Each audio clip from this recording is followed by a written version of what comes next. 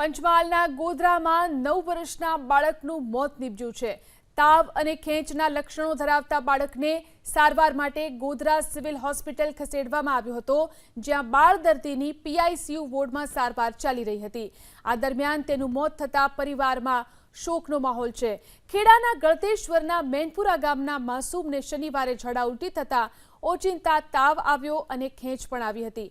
બાળકના મોતના પગલે આરોગ્ય વિભાગની ટીમ હોસ્પિટલ પહોંચી હતી, જ્યાં માસૂમના બ્લડ સેમ્પલ લેવામાં આવ્યા હતા। હજુ રિપોર્ટ આવે ત્યાં જ તેનું મોત થયું। રિપોર્ટ આવ્યા બાદ માસૂમના મોતનું સાચું કારણ સ્પષ્ટ થશે।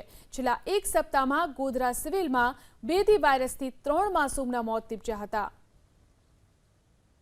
પંચમહાલના ગોધરામાં 9 વર્ષના બાળકનું મોત નીપજ્યું છે।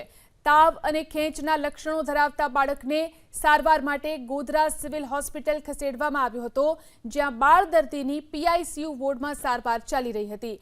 આ દરમિયાન તેનું મોત થતાં પરિવારમાં શોકનો માહોલ છે।